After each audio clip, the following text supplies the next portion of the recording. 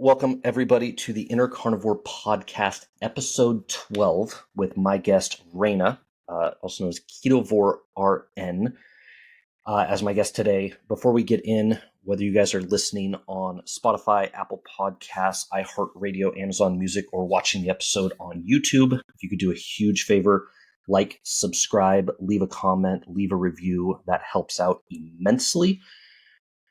Thank you guys all for being here. And if you guys do want more information, sign up for the newsletter on the website, theinnercarnivore.com. Jumping in, how are you, Reina? I'm doing great. How are you? I did pronounce that correct, right? Yes, Reina. Okay. Yep. It's always my biggest fear is to mispronounce people's names. It's okay. I've gotten Reina. I've gotten Renee. It's okay. You did good. I can see that. It's easy for me because I have like the most basic name in the history of the world. So people are like, it's hard to mispronounce my name. Right. Jumping in, and first I'm going to go right after your name, Ketovore RN. So I know that's a combination of keto and carnivore. Mm-hmm. What is Ketovore? How do you apply it? What's different from keto? What's different from carnivore? I think it's a little lower carb, or quite a bit lower carb than keto. I don't do what would typically be accepted on keto usually. So Ketovore is my average, but I don't do things like vegetables. The only consistent vegetable in my diet is avocados. Other than that, they're very few and far between. So lower carb in that sense. It's very meat heavy. I don't usually do nuts or even fruits, even things like berries that I think I used to eat. I've slowly cut back on those.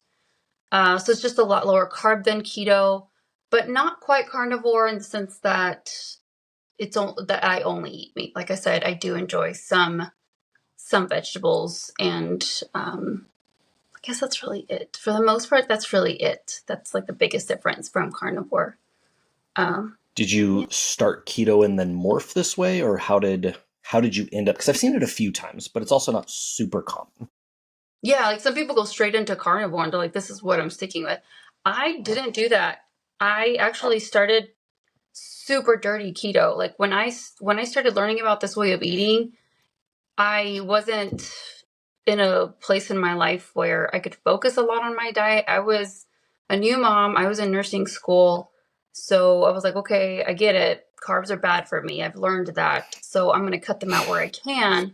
But I don't have the time to cook a steak every day. I don't have the time to do anything, to really worry about my diet as much, to focus on it at all. So a lot of my food came from like keto stuff, that's not really keto, things that come in bags, and what are they, the Quest bars, things like that. So I started kind of dirty keto and just slowly morphed into stricter. And then randomly, I think a few months after I had my baby, I decided to do a beef, butter, bacon, and eggs challenge, a 30-day challenge. And that's when so going so strict, right, from dirty keto to strict carnivore, I realized I can't go back to, like, I've seen such great benefits. I can't really go back to dirty keto. There's no way.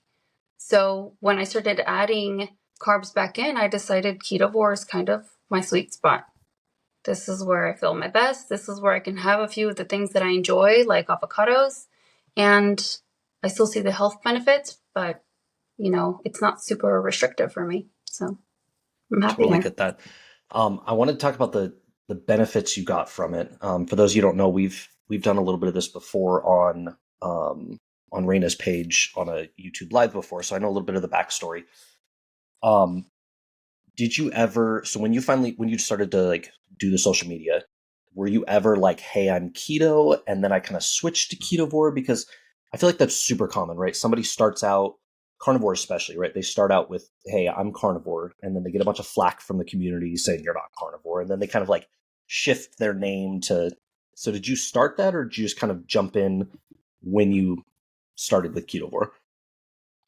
Like changed my like I announced that I went Ketovore, or change your name, or because I've seen a bunch of people who started with a name like I'm carnivore, and then they do things gotcha. like you're doing, right? And they they Yeah. add in little things and then get huge flack from the community. Yeah, So yeah, I'm just yeah. wondering if that ever happened. No, so yes, my YouTube channel's name was, and I didn't have an Instagram before. So I started my YouTube channel years ago before I knew anything about keto. I have some really awkward vlogs on there that I really need to take down. But it was just about any and everything because I was starting this kind of new stage in my life where I was a new mom. I was breastfeeding, that was overwhelming, and I was going to be a nursing student. And I kind of wanted to record that and I wanted to document that. And so all my vlogs were random. It wasn't until I did my beef butter bacon and eggs challenge that I decided I'm going to record every single day of it. And I did. I vlogged for 30 days straight. I think I missed one day and I made it up at the end. And I was like, this is like, people want to see this. People like want to know what people are going through on this way of eating. And I'm so passionate about it. Why not just switch my channel, right, to that type of content? Um, but I think it wasn't until after I did that challenge that I decided, okay, I'm going to switch my name because it'll better reflect how I've changed my content. It's no longer random vlogs. It's all about my diet. So that's when I decided to change it to Ketovore. But I've talked in vlogs about how sometimes there's lots of days where I'm just strictly carnivore. And if I ate some avocado, like I was, eating lots of avocados or vegetables, I try to restrict it a few days. And so I'm like mostly carnivore some days. And there are days that I'm not, that I make like keto brownies and things that aren't really carnivore. So that's why I say Ketovore is kind of a sweet spot because people can't mess with you too much on there. They can't be like, you're not carnivore or that's not keto or whatever. It's like, leave me alone. I'm doing No, what I want. I totally get that. Because I've gotten a bunch of that, and it was usually when I was first started, because most people by now know I'm mostly carnivore. Like right now, I'm strict carnivore. I'll get into that in a second, but I was mostly carnivore with a little bit of animal based, and so I would put that in my bio. But guess what? Mostly carnivore, somewhat animal based, most of the time does not fit well with a handle, and so people would be like, "You got to change your name. You're not carnivore." I'm like, "Yeah, but it reflects what it is that I'm like. The content that I'm producing is 90% meat with a little bit of."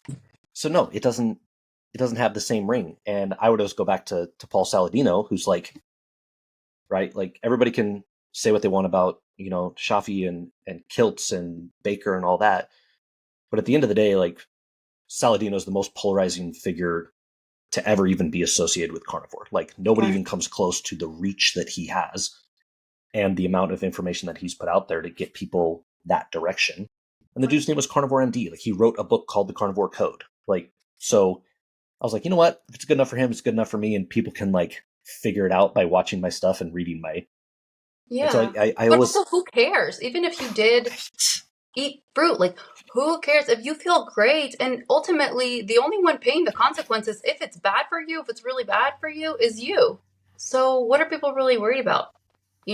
My thing is exactly. like, if I wouldn't ask for your advice, don't think that I'm over here crying over your negative comment. It doesn't work that way. Yes. So I do like Ketovore.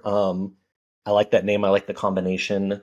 I've never even remotely been keto. Like what I'm doing right now is probably the closest I've ever been to keto.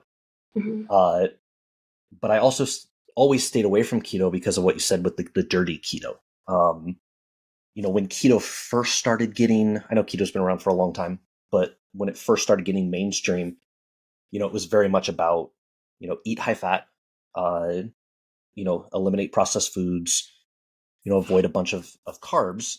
And in theory, that's great. But then keto kind of morphed into this, kind of as you said, the keto brownies, where there can be good versions. But if I go buy a keto brownie in the store, guess what? It's highly processed. There's a bunch of stuff that I probably shouldn't be eating. And so you end up like, I can do an entire keto diet from stuff bought from the store. And guess what? No, that's not good.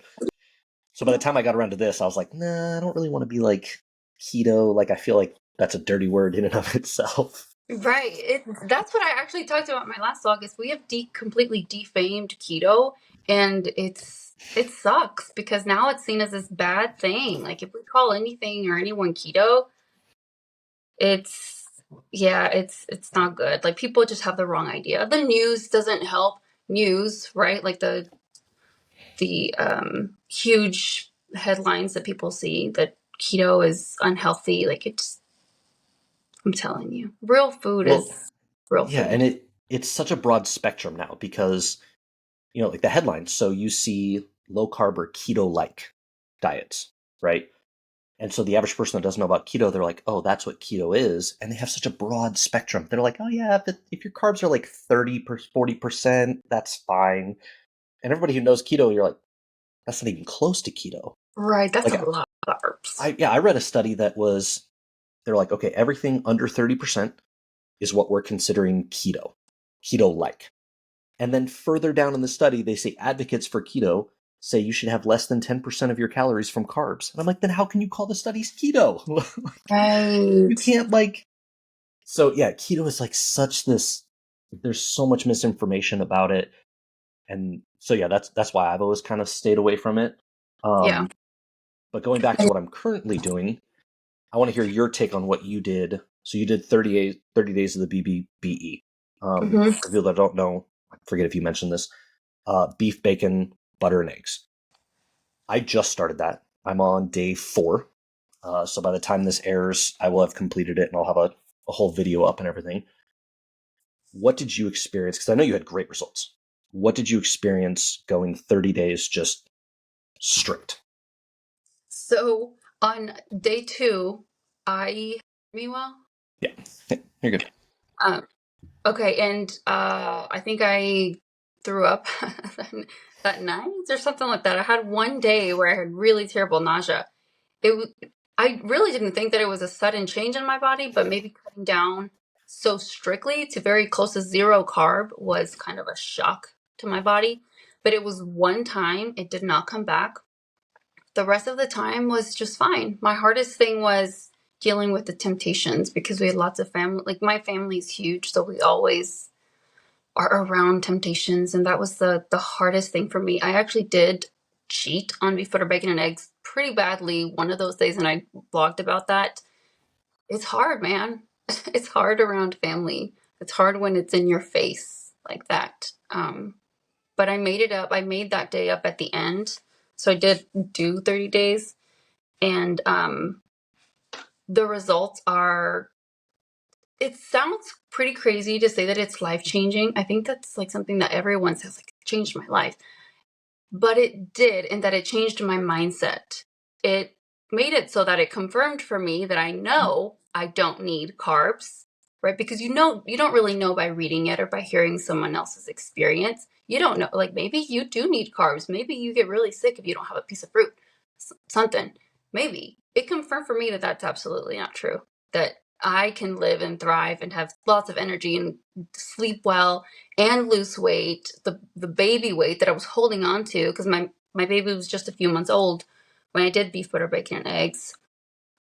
I thrived on it, and it was just 30 days. I can only imagine that I would, do great if I kept, on beef, butter, bacon, and eggs. So it really was life changing for me. It solidified my understanding of what proper nutrition is. It helped me understand that meat is the opposite of inflammatory. It is what my body needs. It's what my body thrives on. It provides all of the nutrition that I need. If it wasn't so, after 30 days, I would have gotten really badly sick. Even 30 days would have been enough to show me, okay, I'm very deficient in something. That was not the case. So, yeah, it was life changing for me. It changed my whole mindset, solidified a lot of things that I already thought I knew, and I learned a lot about myself.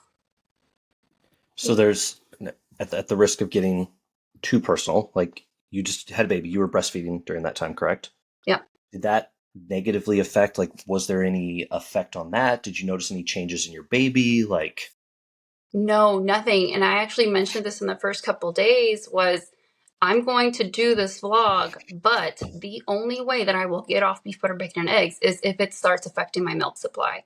If my body needs carbohydrates to make milk to continue to breastfeed, then I will completely stop it and I won't vlog anymore. It did not at all. I didn't have a dip. Uh, Nothing in that sense. I was like, I stayed on my electrolytes. I made sure to stay well hydrated and well fed. I didn't limit my food at all. I ate a ton, and it didn't affect my milk supply at all. So that lets me know that I was pretty, because to be breastfeeding, you have to have nutrients. You know, your body's going to take care of your baby first. And my baby thrived, and I did as well. So That's super awesome, man. Because you're right. Like, if there's any situation, like other than being pregnant, right? If there's any situation to where your body's going to let you know if you're not giving it what it needs, like that's going to be it, and it's going to show up somehow. exactly.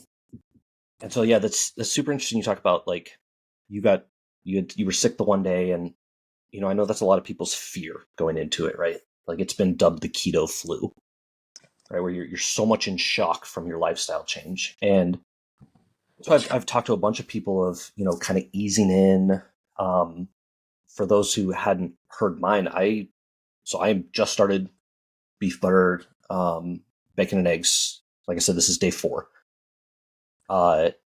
This is just the point where I've gone an extended period of time with 0 carbs whatsoever. So I started carnivore loosely. I started carnivore in September of last year. So I'm about 14, 15 months into this process of eating pretty low carb. This entire year of 2023, you know, the most carbs I have is 1 or 2 servings of fruit and maybe a serving of honey. So even that's still really low carb. But what I found is in the beginning, I would try a couple days, right, where I would just go no carb. And part of it, I think I wasn't adjusting my diet to replace that with fat, but I would feel a little bit of I think I need carbs. And not like lethargy, yeah, or not like shaky, but just that feeling like I just need something. And then I would eat a little bit of fruit and I'd feel fine. And so to me, that was like, okay, and that's where my carnivore and animal based came in, was especially around working out, having a little bit of carbs before and after was my sweet spot, and I felt great. And so I finally decided to start this because I have a few, you know, physique goals that I'm trying to, and I know I needed to get rid of cheese, which has been like I have not gotten rid of cheese the entire time on carnivore. I eat cheese like crazy. Like watch my videos and I use cheese like it's going out of style. But I was like, okay, But I it's need. so good. Your I know. videos legit. I'm just like, You're the reason why I can't leave cheese. Because you give me all these ideas. I'm like, I need something cheesy with my meat. Let me I add know, it. right? Like, yeah, the only time it's not cheesy if it's like just straight steak. Yeah. But I'm like, okay, I got to get rid of the cheese. Like I've always known that for my, you know, ever since I've started health and fitness, is cheese will hold me back from getting where I want. Yeah. So I'm like, okay, if I give up cheese, it's basically BBBE because I eat bacon, I eat eggs, I eat steak, I eat ground beef, and I have cheese, and that's about it. It's like, okay, while I'm doing that, I might as well just drop the carbs. You know, I've been getting less and less. I've been going longer and longer, and I feel totally fine. Like I'm now, you know, like I said, 4 days. So this evening will be 4 full days of How have you 0 felt on carbs. it? Like, I have feel you totally gotten fine. any kind of sickness or anything? Mm-mm. No, No. I I think you're honestly don't already so feel. close to it. Like you Yeah, I said. know. If I was gonna have a negative, I think I would have felt it within the first couple of days. Especially since, so like we're just after Thanksgiving, right? You know, for the people listening, this is just after Thanksgiving, and my Thanksgiving meal, like I just ate whatever I wanted. I was like, I'm going on this super restrictive diet. I'm gonna eat whatever the heck I want. Like my wife makes a chocolate pie just for me on Thanksgiving. Like everybody else eats it, but I am eating it. I'm eating the mashed potatoes. I'm eating gravy. Like I'm eating everything. Mm-hmm. And so if there was ever a time where my body's like, what are you doing? It would have been by now. And like I said, I feel totally fine. I can go decent amount, into the afternoon without eating. And for people that are wondering, I don't plan my meals per se. I eat when I'm hungry. Generally that falls in about line. But if I'm not hungry, I won't eat. If I'm hungry, I eat, and I eat until I'm full. So yeah, You've been doing 2 meals a day on beef butter, bacon, and eggs, or 1? I'm usually between 2 and 3.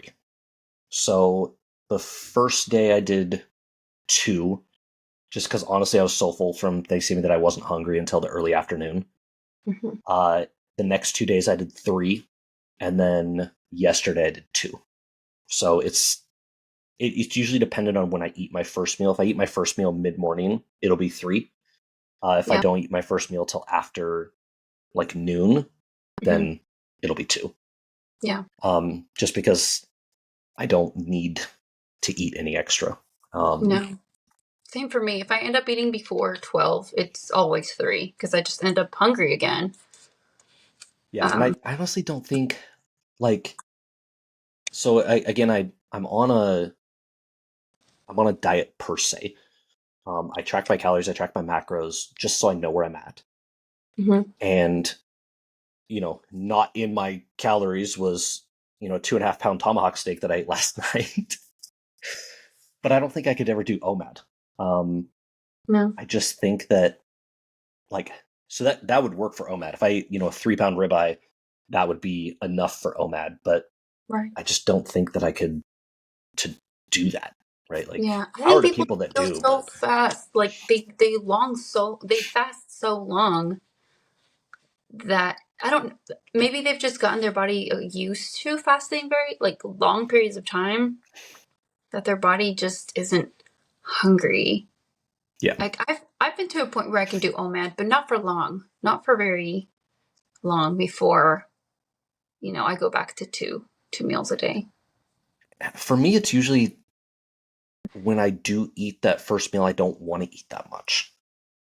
Right. So, I mean, I'll Right. eat a standard, like maybe I eat 8 ounces of ground beef, or I have, 4 or 5 eggs and a couple pieces of bacon. Like Yeah. that's enough. And that fills me up. But I also know that, 900 calories is not going to be enough for me for the day.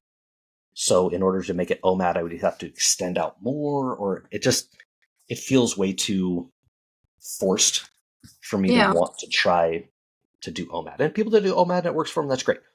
Yeah. I think that's a key point of figuring out what works well for you. And if you Mm, need to eat 4 times a day, eat 4 times a day. If you need to eat once, eat once. Like, that's totally fine. exactly.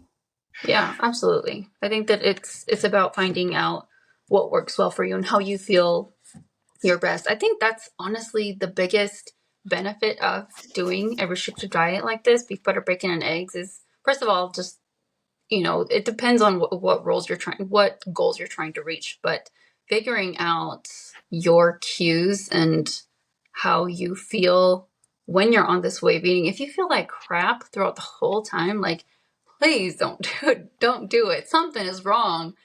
But if you're thriving, like if you go through a little stage, that's fine. If you go through a couple of days, that's detoxing. That's not bad. But if you feel great, like there's something to it. So that's why I said like it solidified so many things for me, that it's not just listening to people hear about how great they feel on carnivore, on a restrictive form of carnivore. It's, I know I feel great on carnivore. The only reason I won't go carnivore is because my family's not carnivore at all. And my husband's not even keto. So I can't say like, oh, I'm going to go carnivore and then not eat some kind of vegetable or some kind of fruit at some point or something. And at that point, it's like, I'm not gonna fight with people about it. I'm not, just call me whatever you want, but I'm gonna eat what makes me feel my best. And I think that's a super important point because a lot of people are afraid of that, right? They're like, okay, so what if my family doesn't eat it, or a lot of it's like culturally too. Different cultures have different emphasis on types of food, and a lot of those don't fall under carnivore, right? Almost like I don't know of too many cultures that are like aligned with carnivore very well. Certainly not my culture at all. And I know we've talked about this. Like, how do you balance your not only your immediate family, but I know you have a fairly large extended family. Like, how do you balance all of that on not only a day to day basis, but also holidays, get-togethers, that kind of stuff? Honestly, I've gotten to a point where I'm not hard on myself. I have reached, health wise, I've reached my goals, and it really wasn't very hard. I've never been someone who's had a ton of weight to lose or anything, but I did have a lot of health benefits from going to even low carb. I lost some weight. I was never overweight, like I said, super overweight, but I did have excess fat that I needed to lose. I lost about 10 pounds even with dirty keto. That was pre-baby. And then again, after going beef butter, bacon, and eggs, I lost the baby weight. I cleared of my acne. It was really bad. Definitely messes with your confidence. And I was super self-conscious. I was made fun of for it in my family. It's terrible. I got rid of my iron deficiency anemia. It was pretty severe. I had to take 3 iron tablets 3 times a day, and they suck. They give you nausea, they give you constipation. You don't absorb most of it anyway. And it turns out that just eating the steak, the stuff that has iron in it, is better for me anyway. So I got rid of a lot of things that that were wrong in my body. So I forgot where I was going with this, but anyway, I've seen a lot of health benefits enough for me to know no one's going to change my mind on ever going back to carbs, really, especially processed carbs. For sure. Is it weird to you for your family to see? Because your family has seen all It these is weird. changes. Is it weird for your family to see it and still either not agree, not make fun, or just be like, oh, she just kind of does her weird thing? No, it's a good weird, because let me tell you, do you know what pan dulce is? Mm-mm. It's sweet bread, basically. And so in our culture, it's very common. You have some coffee and some sweet bread in the morning, like it's some pan dulce. It's sweetened bread. And yesterday, we had family over, because during the holidays, even if it's not a party, we just have people over, or we go over their house. And there was a big bowl of pan dulce, and I was not eating that. I was snacking on some cashews, and my aunt was like, you're not gonna eat a piece of. I'm like, no, I don't. She's like, really? But and lots of them are diabetic. We have a lot of diabetes in my family. They're like, you can't they're almost surprised that I can deal with the temptations. Not that I always can, because I don't always. I'm not gonna say that I'm perfect on it. But I just didn't have the craving for it because I had a good meal before. And they almost felt weird having bread, knowing that I wasn't having bread and my husband wasn't having bread. And my mom, I've actually been getting to her little by little. So it was so weird for them to be having bread in front of other people who weren't having bread that they removed the plate from the table. In my mind, I was Yes. so it is weird. People do ask, why aren't you have a little bit? Why?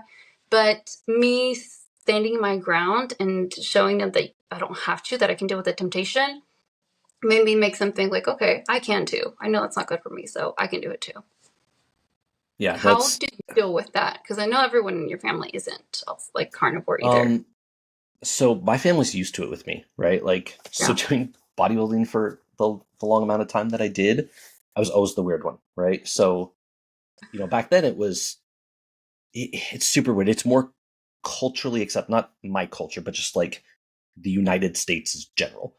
It's more culturally accepted to do an extreme bodybuilding diet, work out for hours a day, do all of this to try to get to borderline unhealthy levels of body fat than it is to just have a lifestyle that way. If you tell somebody I'm on a bodybuilding prep, they go, okay, cool, that's cool. Yeah, man. So can you not? You're like, no, man, I brought my own food, and everybody's totally fine with it, right? If you say no, I just don't eat that, they're like, that's weird. Not at all. What? That's super weird to me. So I've always been that, right? Oh, he's just on his weird thing. As I'm sitting there with my chicken and rice in a Tupperware and, eating it at random times or just sitting at a restaurant, not eating anything.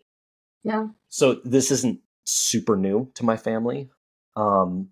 People that I haven't know, we moved a couple years ago, and people that don't know that side of me, I get a little bit of weird. But I feel like it's so much easier for a guy because I feel like it's more readily apparent when a guy is in better shape than most. Mm-hmm. Right. And so most other guys are not going to say something when they know the other dude's in better shape. Yeah. Right? That sounds like egotistical or whatever it is, but it's the truth. Like I don't get many comments of like, oh, what are you doing that for? Um, but it's funny that you bring up the sweetbread thing because literally yesterday I was helping a friend move and they had donuts, Mm-hmm. right?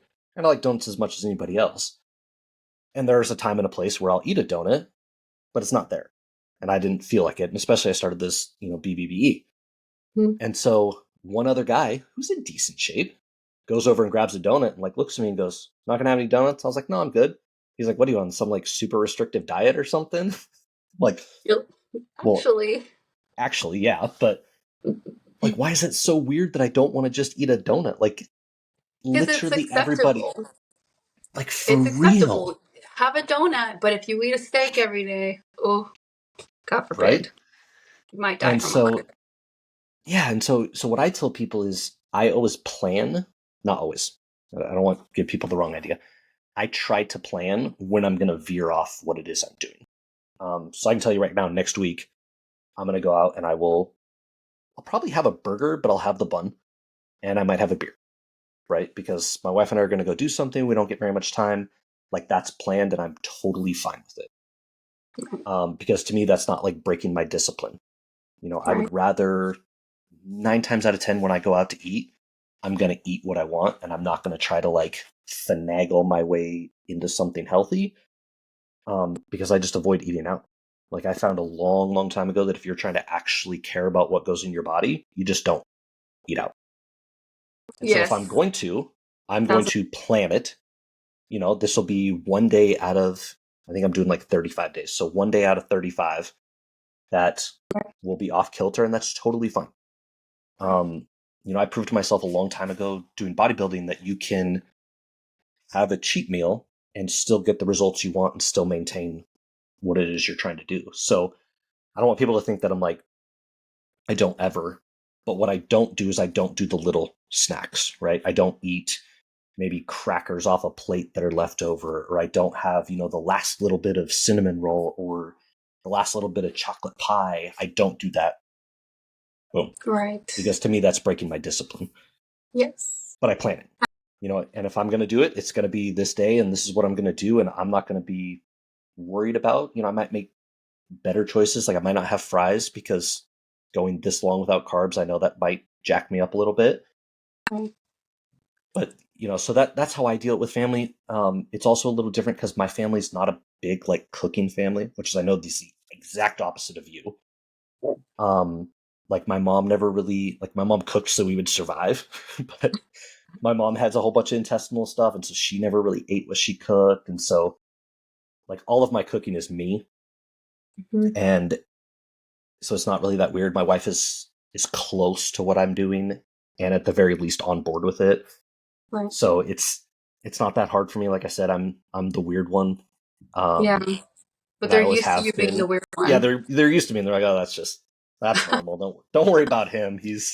And that's fine. Like I always kind of took pride in the fact that I could be the weird one that didn't eat Yeah. the Well, the donuts or didn't disciplined have the one. pizza. Yeah, Yeah, for I think sure. that I deal with temptations around family in the same way. Is I tell myself, okay, I look at what we're having, and I'll tell myself, okay, I really do want a piece of that, but I'm not going to have any of that crap. And it gives you more control over it, and it just gives you a little peace of mind. But also, do you think, like knowing what you know, because I know you're a learned individual, you've learned about this way of eating, why it's not a fad diet or something to do for a random goal. It's a lifestyle. So like, would you ever go back to carbs? Would you ever go back to a standard American diet?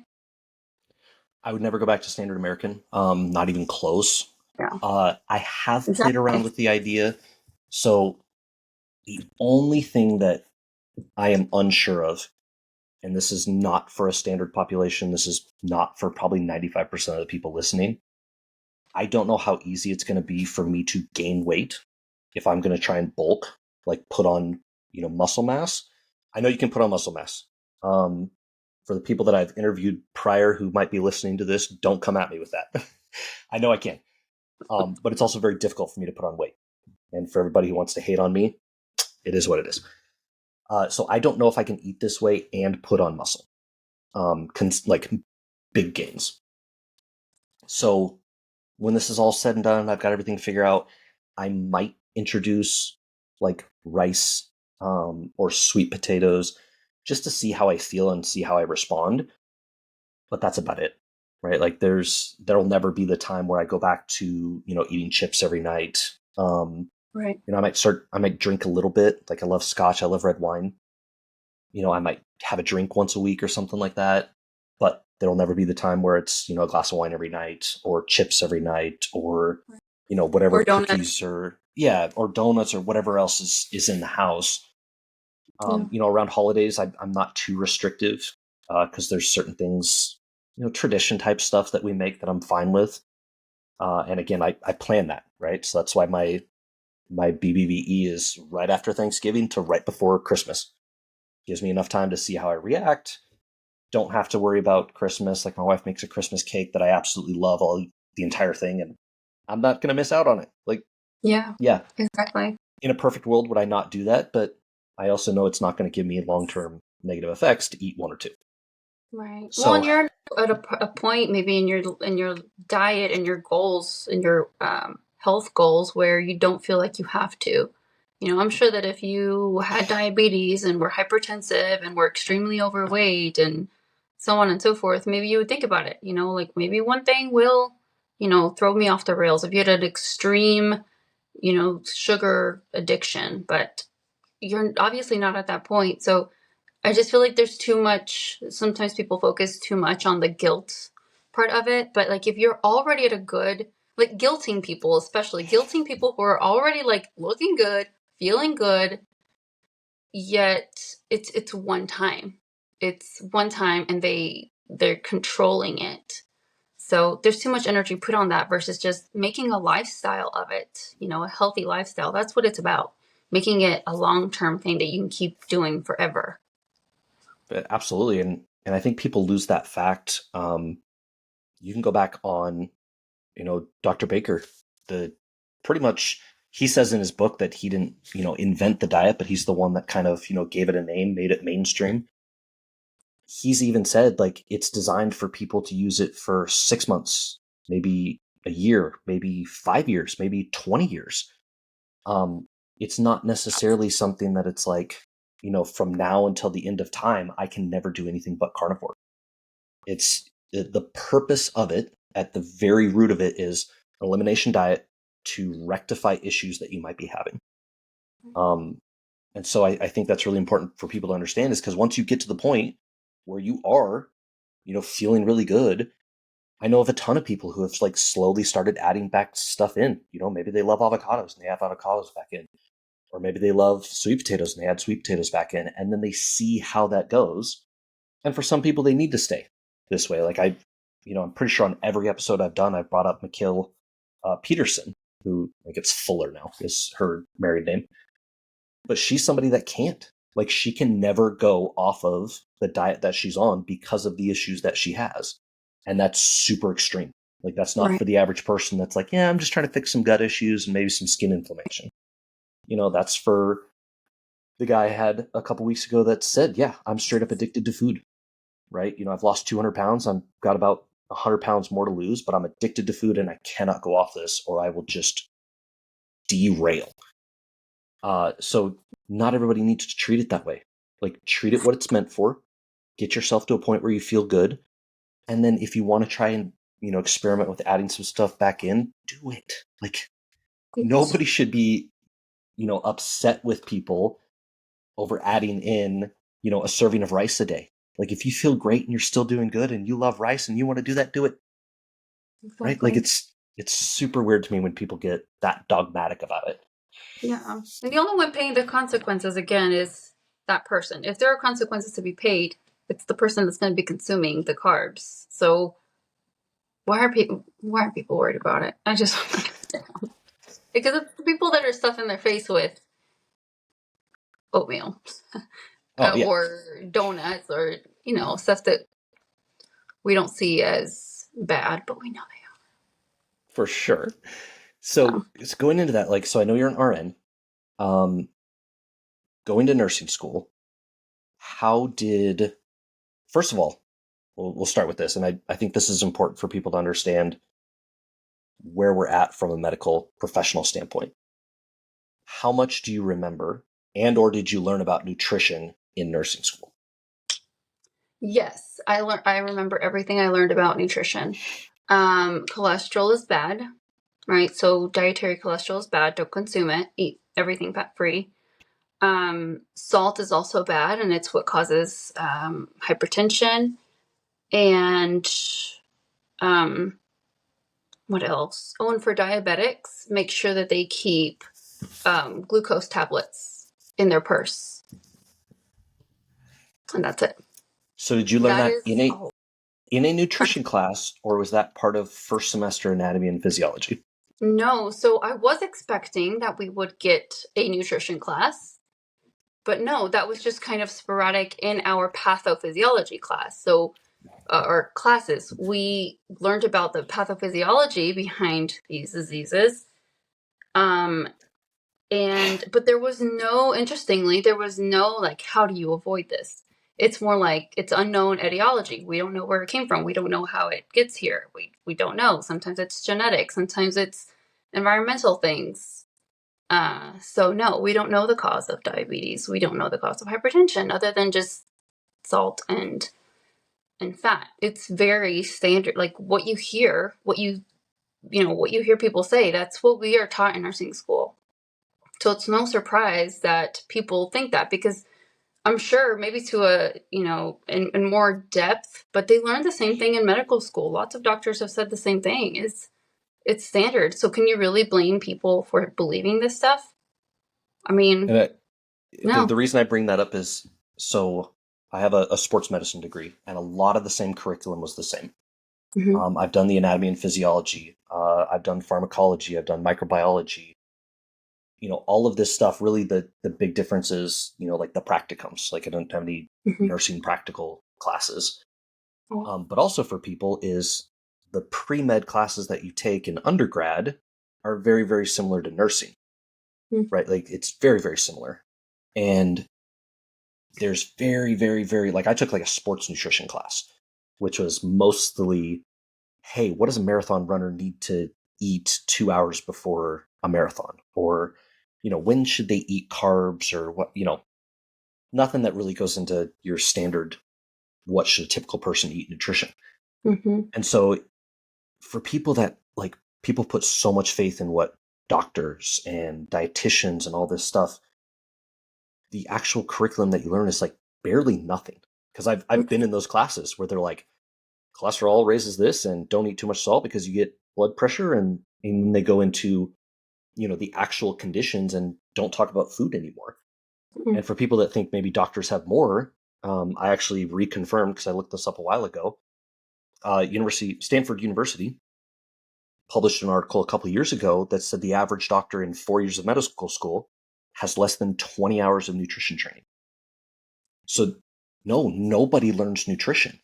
Literally all you do is you're taught, and it's similar for nursing, right? You're taught on the basics, stuff you need to remember, and then how to access information. Yeah. That's Yeah. what they told us. They're like, hey, you have this super big textbook, learn the basics of it, and then learn how to look up information, because you're not going to remember it all. And so when people go off on these rails about, well, I'm a doctor, I know, I'm like, but you don't, like, Doesn't mean everything a is whole what, lot. it doesn't mean anything. Like, so it's super frustrating that we have this entire scientific community where most of what you're doing is how to treat patients acutely, Mm-hmm. or, if you're in residency, like surgeries and all that kind of stuff, or if you're a general practitioner, it's like, hey, here's 800,000 different issues you might run into. We're going to touch on all of them a little bit and then teach you how to use WebMD. For any doctors out there, I apologize. I know it's more than that, but it's pretty close. Yeah. Yeah, but they don't teach they don't teach nurses and doctors how to keep people healthy. They do not. I did not get a class on how to prevent diseases, which you would think that's like the most important thing, right? That's where we need to be headed, not just like treat conditions, because curing is also not an acceptable word anymore. But so people put so much unnecessary faith in medical professionals that it shouldn't be there. You need to do it on your own. Like, you, as a nurse, I'm telling you, if you ever see me in the hospital, like, do not trust 100% of what I say. Like, do your own research. Like, yes, there are things that you need to trust for acute things, like you just said, because that's what we're trained to do.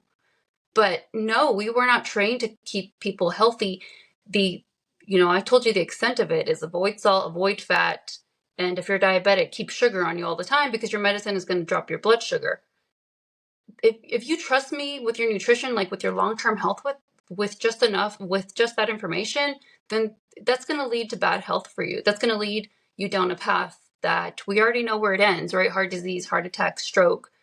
There's a reason why that's the biggest killer. Like, if we were trained to keep people healthy people healthy, we wouldn't be where we are. So yeah, people need to do their own research, and keep their mind open. I think that's the biggest fail is we shut down everything that sounds different without trying it ourselves. And that's why I think that beef butter bacon and eggs was life changing for me because yes, I had already learned about keto. I already trusted it because I had already seen changes for myself, but it solidified that for me because I saw even more health improvements for myself, which I didn't even know were possible, to be honest. I was like, I wouldn't be surprised if I even gained some weight because I was already not very big. I didn't have a lot of weight to lose, but no, I did lose excess fat. I got lots of other health benefits. So honestly, this way of eating, ketovore, carnivore, never ceases to amaze me. I feel like it's so healing that it makes me angry. Knowing that I've always wanted to be a nurse and help other people, it makes me angry that we don't know of even the possibility of reversing disease. That should be a freaking crime, honestly. But it's the reality. I mean, people need to wake up to that. Yeah, and I think it's kind of a byproduct of our healthcare system as a whole. And I'm not trying to get political with anybody. And the position we've kind of put ourselves in is, from a healthcare standpoint, the more patients that you can see and the more patients that you can reverse, the numbers of whatever it is they're coming to see you. So for a doctor, that's LDL. For a cardiologist, that's basically LDL. So if you can see, however many patients, like maximum number of patients a day, get maximum number on statins, lower maximum number on LDL, well, then you are doing good and you're applauded, and you get awards and you get to speak keynote at conferences, and you get to go on TikTok and get 150,000 followers telling people exactly what I can go read on the American Heart Association's website. Like, why? What?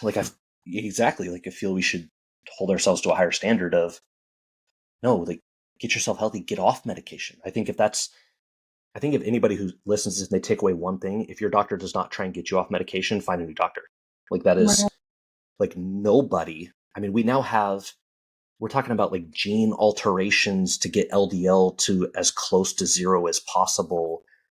No, what you're trying to do is, it reminds me of, oh man, I'm going to draw a blank on the movie. It was a Bruce Willis movie where they would have surrogate bodies, and they would basically take their soul and their minds and put them in a mechanical, surrogate body, and that's how they would live their life, and they'd live, forever.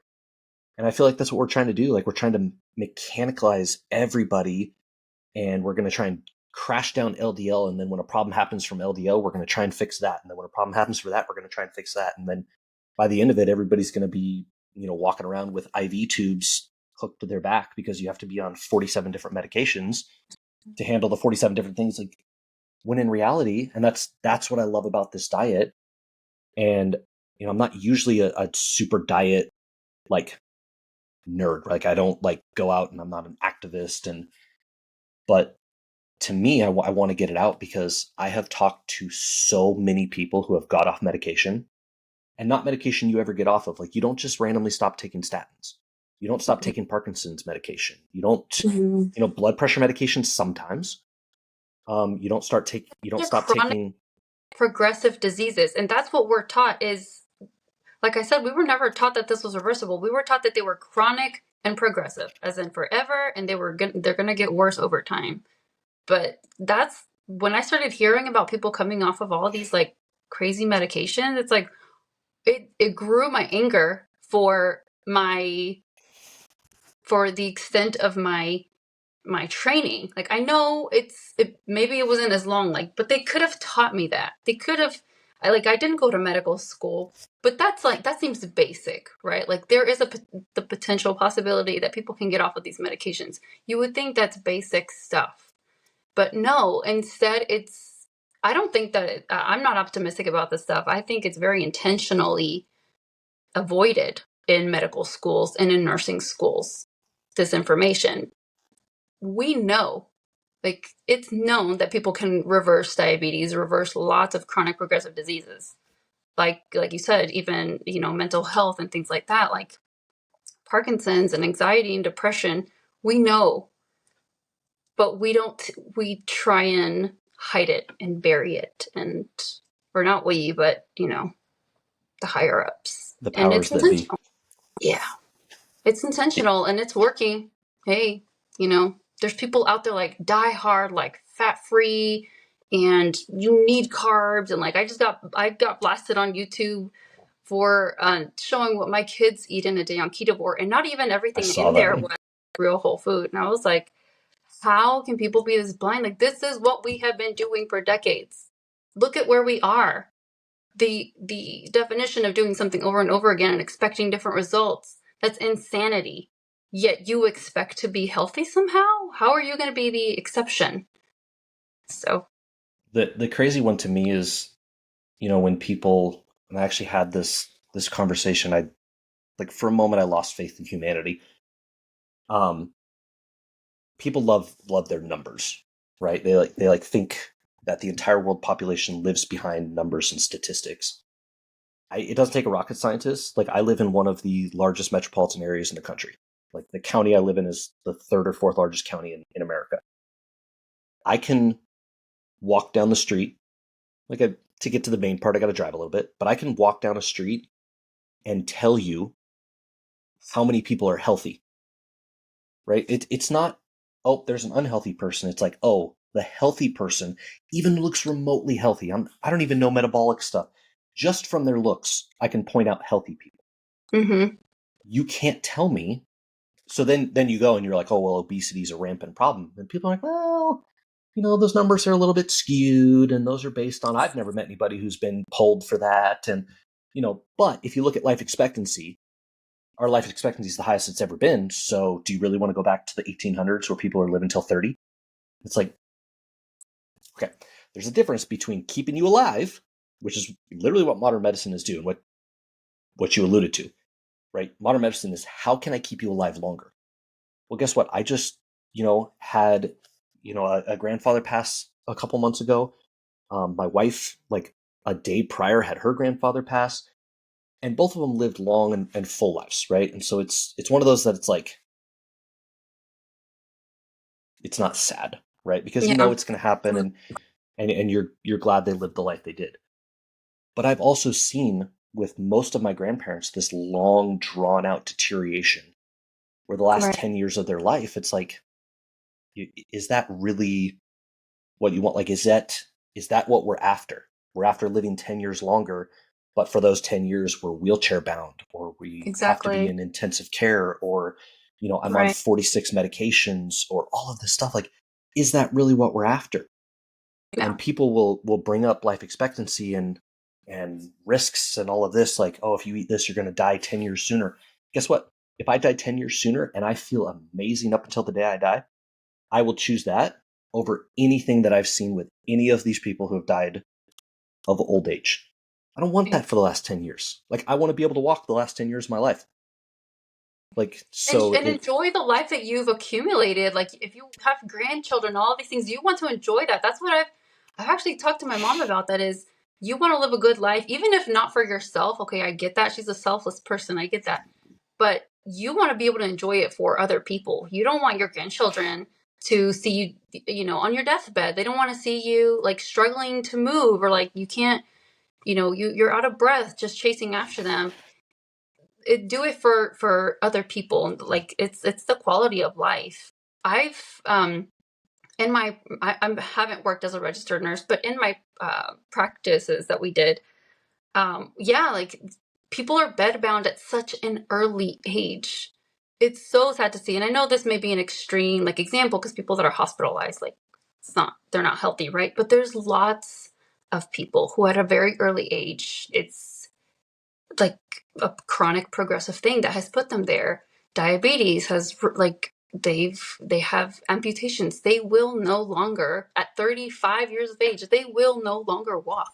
They're going to live a long life because they've got a list of medications that is no end. It's pages long, but that's the only thing that's keeping them alive. And it's so sad to see. Like I when you bring that up, it reminds me of some patients that are just, I remember their faces, and they're young.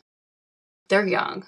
And it's so sad to think that that's what we've put emphasis on. It's the longevity of your life. But how is that life going to be? Is it really going to be healthy and full of life and full of love?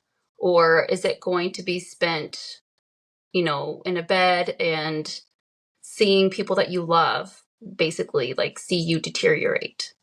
So it That sucks. is very, very true. And that's what honestly like peaked. Because when I first started this, we talked about this a little bit. My goal wasn't to, be outspoken and like, post a whole bunch of stuff. It was just to do my thing and like share some stuff so people could, be exposed to it. But the more people I talk to, and I'm still early on in this podcast, but I've had numerous guests where it's, the one that I just released a little while ago, she was literally basically on her deathbed.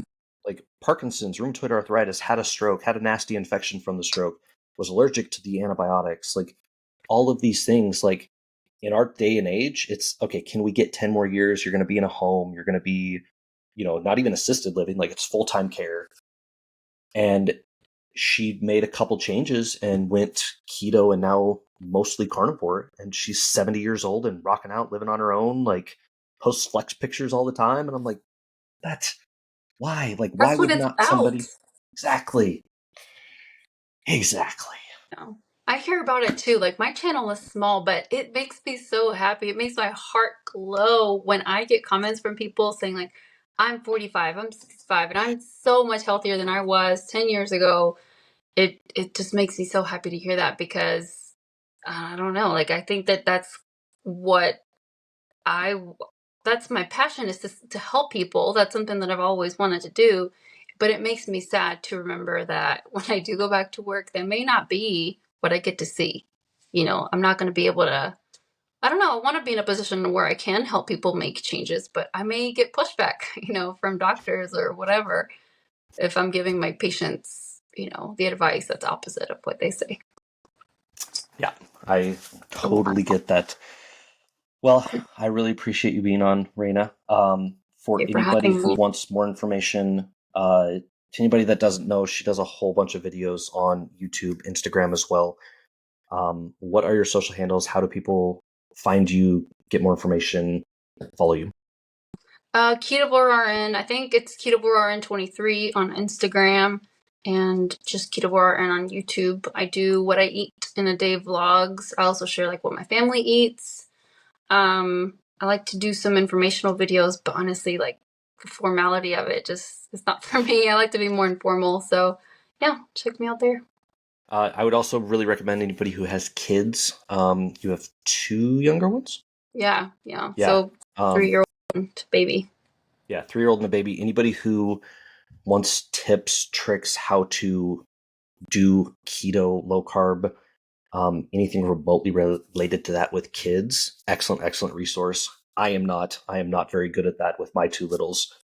They're getting better, but how you get your kids to eat what they eat, I have no idea. So if you guys have littles, if you are worried about that, definitely check her out. Lots of really good information. Again, thank you very much for being on here. Uh, people go check her out, like, subscribe, leave a review. Thank you guys for being here, and we'll see you next time.